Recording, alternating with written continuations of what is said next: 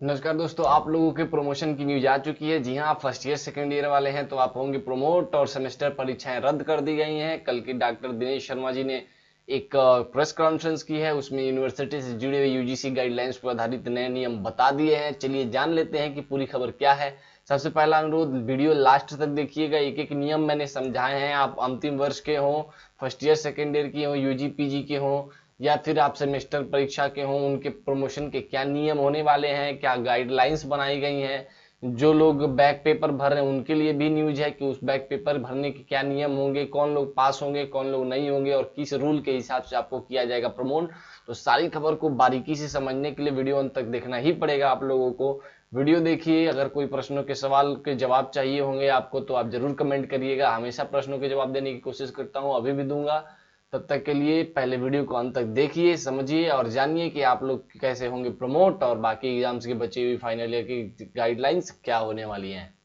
Subscribe करें हमारा channel और बेल आइकन को दबाएं टेक्नोलॉजी से रिलेटेड वीडियो सबसे पहले पाने के लिए। दिया गया है, विश्वविद्यालयों में अंतिम वर्ष की परीक्षाएं ही होंगी, अर्थात प्रथम व द्वितीय वर्ष की परीक्षाएं या फिर चाहे सेमेस्टर परीक्षाएं ही क्यों ना हो, उन्हें रद्द कर दिया गया है। आप लोग प्रमोट होंगे। देखते हैं पूरी खबर क्या है। देखिए क्या दिया हुआ है। ये परीक्षाएं 30 सितंबर तक कराने के निर्देश। 15 अक्टूबर तक स्नातक अंतिम वर्ष का परिणाम घोषित करना होगा और 31 अक्टूबर तक आ जाएगा परा स्नातक, यानी ग्रेजुएशन अंतिम वर्ष 15 अक्टूबर और पोस्ट ग्रेजुएशन 31 अक्टूबर तक आ जाएगा। और फिर जाकर विश्वविद्यालयों से 23 जुलाई तक मांगी गई कार्य योजना। उप मुख्यमंत्री दिनेश शर्मा ने बताया कि कक्षाओं में प्रोन्नत के नियम बनाने के लिए विश्वविद्यालय के विकल्प भी दिए गए, को विकल्प भी दिए गए हैं।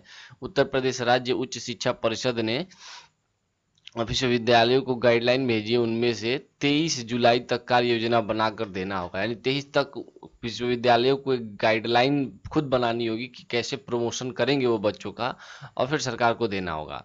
तकनीकी और प्रबंधन कोर्स के लिए ये दिशा निर्देश, तो इस तकनीकी से भी जुड़ी हुई चीज़ों के लिए भी एक निर्देश है।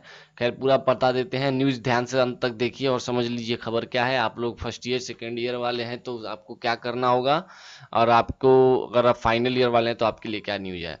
उप मुख्यमंत्री डॉक्टर दिनेश शर्मा ने कहा कि कोरोना महामारी के खतरे को देखते हुए अंतिम वर्ष या अंतिम सेमेस्टर को छोड़कर राज्य विश्वविद्यालय की अन्य सभी परीक्षाएं अब नहीं होंगी। देखिए स्पष्ट कह दिया गया है कि अन्य वर्ष यानी फाइनल ईयर को छोड़ के बाकी कोई परीक्षा नहीं होने वाली है। यानी जो लोग फर्स्ट ईयर सेकेंड ईयर वाले हैं, फर्स्ट ईयर सेकेंड ईयर के सेमेस्टर में है, बीए बीएससी बीकॉम में है, या फिर आप लोग किसी भी तरह के अंडर ग्रेजुएट या पोस्ट ग्रेजुएट कोर्स में है, तो आपकी अंतिम वर्ष की परीक्षाएं ही होंगी, फर्स्ट ईयर सेकेंड ईयर की परीक्षाएं नहीं होंगी।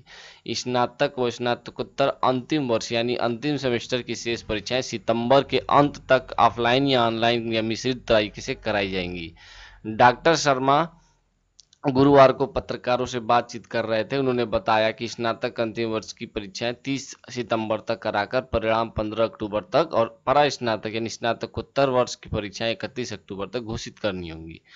यह फैसला विश्वविद्यालय अनुदान आयोग यूजीसी व केंद्र सरकार की गाइडलाइन के अनुसार लिया गया। उन्होंने कहा कुछ विश्वविद्यालयों ने सभी परीक्षाएं लॉकडाउन से पहले करा ली थी तथा परिणाम भी जारी कर दिया था। वे परीक्षा परिणाम यथावत रहेंगे। इन परीक्षाओं पर वे नियम लागू नहीं होंगे जो पहले से लागू थे। कुछ विश्वविद्यालयों ने विभिन्न कक्षाओं के कुछ परीक्षा लॉकडाउन के पहले करा लिए थे। यानी कि जो पहले लॉकडाउन की परीक्षाएं हो चुकी थी आपकी, जो जितने सब्जेक्ट्स के तो उनके तो अंक मिल जाएंगे, लेकिन बाकी जो बच रहा है उसके ऊपर आपको उन्हीं पिछली परीक्षाओं के आधार पे या पिछली कक्षा में दिए गए नंबर के आधार पे ही, या फिर अगर सेमेस्टर एग्जाम होता था तो उसी नंबर के आधार पे आपको प्रमोशन मिलने वाला है। देखिए इससे जुड़े हुए प्रोन्नत का नियम ध्यान से देखिएगा, यह होंगे प्रोन्नति के नियम, बहुत जरूरी है, इसको देख लेना। देखिए क्या दिया हुआ है, सभी संकायों की विभिन्न कक्षाओं के ऐसे छात्र जो लॉकडाउन के पहले संबंधित विश्वविद्यालय द्वारा कराई गई परीक्षा के प्रश्न पत्रों के मूल्यांकन के आधार पर अपनी कक्षा के प्रत्येक विषय में अलग अलग उत्तीर्ण है अथवा बैक पेपर के लिए अर्ह है, उन्हें अलग अगले वर्ष या अगले सेमेस्टर में प्रोन्नत कर दिया जाएगा। बैक पेपर भरना था तो आप लोग प्रमोट हो जाएंगे, टेंशन की बात नहीं है। उनकी बची बाकी परीक्षा अब नहीं कराई जाएगी। ऐसे छात्र जो पूर्व में कराई गई इन परीक्षा के अपूर्ण परिणाम के आधार पर संबंधित विश्वविद्यालय के नियमानुसार बैक पेपर के लिए भी अर्ह नहीं है तथा अनुत्तीर्ण है, उनको वर्ष 2020 की परीक्षा में अनुत्तीर्ण घोषित किया गया है। ठीक, सरकार के सभी वर्ष के सेमेस्टर के छात्रों को परीक्षा परिणाम घोषित करने के लिए कई विकल्प दिए गए हैं। राज्य विश्वविद्यालय उनके आधार पर कार्य योजना बनाएगी। इसी से जुड़ा हुआ जो अब तो नियम हो गया। अब देखिए प्रथम द्वितीय सेमेस्टर की परीक्षा 19-20 देखिए क्या समझा रहा है। डॉक्टर मुख्यमंत्री उप मुख्यमंत्री डॉक्टर दिनेश शर्मा ने गुरुवार को राज्य विश्वविद्यालय की परीक्षाओं की गाइडलाइन जारी की। इसमें से विकल्प दिए गए हैं कि विश्वविद्यालय 23 जुलाई तक कार्य योजना दे कहा गया है, यानी कि कैसे आप परीक्षा चाहें तो दे सकते हैं और बिना दिए भी आप अपना काम कर सकते हैं। अब देखिए पहले क्या, प्रथम वर्ष के छात्रों के परिणाम आंतरिक मूल्यांकन के आधार पर घोषित कर दिए जाएंगे। प्रथम वर्ष के जो छात्र प्रोन्नत होकर वर्ष 20-21 की द्वितीय वर्ष की परीक्षा में शामिल होंगे और सभी विषयों में अलग अलग उत्तीर्ण हैं, तो द्वितीय वर्ष के सभी विषयों का प्राप्तांकों का औसत ही उनके प्रथम वर्ष के उन विषयों के प्राप्तांक माना जाएगा। परीक्षा नहीं हो सकती है। द्वितीय सेमेस्टर के जिन छात्रों की 2020 में परीक्षा नहीं हो सकी है, उनके प्रथम सेमेस्टर की दिसंबर 2019 के सभी विषयों का प्राप्तांकों का औसत ही द्वितीय सेमेस्टर के प्राप्तांक माना जाएगा।